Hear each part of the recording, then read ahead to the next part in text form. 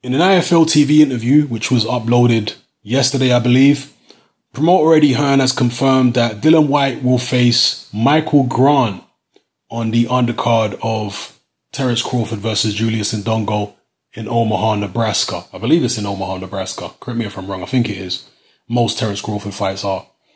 So yeah, that's who Dillian Whyte will be fighting. There have been a lot of speculation about who it was going to be. A lot of fans were saying, could it be Bryant Jennings? Could it be Dominic Brazil? So on and so forth.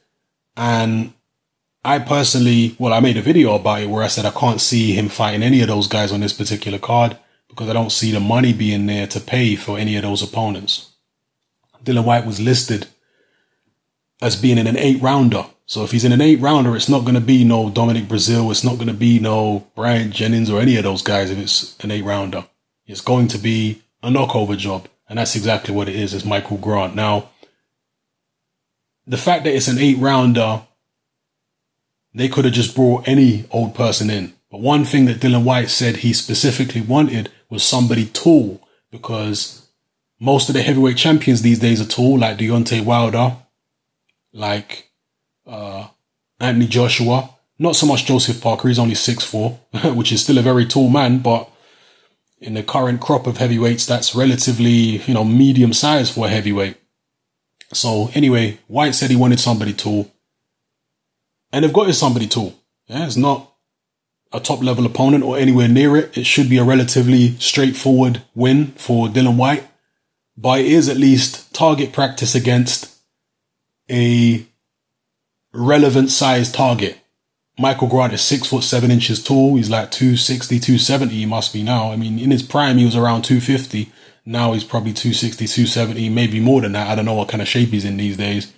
But yeah, in terms of his dimensions, he has the Anthony Joshua type height reach, or Deontay Wilder type height and reach. So Dillian Whyte got what he wanted, I guess.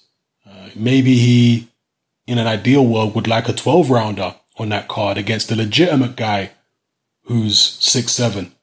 But for an 8-rounder, Michael Grant, I was thinking maybe somebody like Ray Austin, that they might dig him up because he's also around that type of height.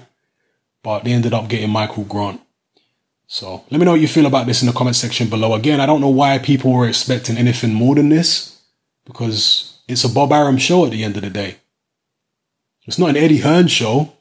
He can't put Dillian Whyte wherever he wants him on the bill. You can't put him like as co-feature or anything. He's not in charge of the show to be able to do all that kind of stuff. He's promoting one of the fighters in Julius Indongo, but really and truly it's a Bob Arum show on a Bob Arum platform. Yeah, so he's the one that's in charge and he's the one that's dictating who's going to get priority and whatnot. So you can't really blame Eddie Hearn. You can't really blame Dillian Whyte too tough for this situation.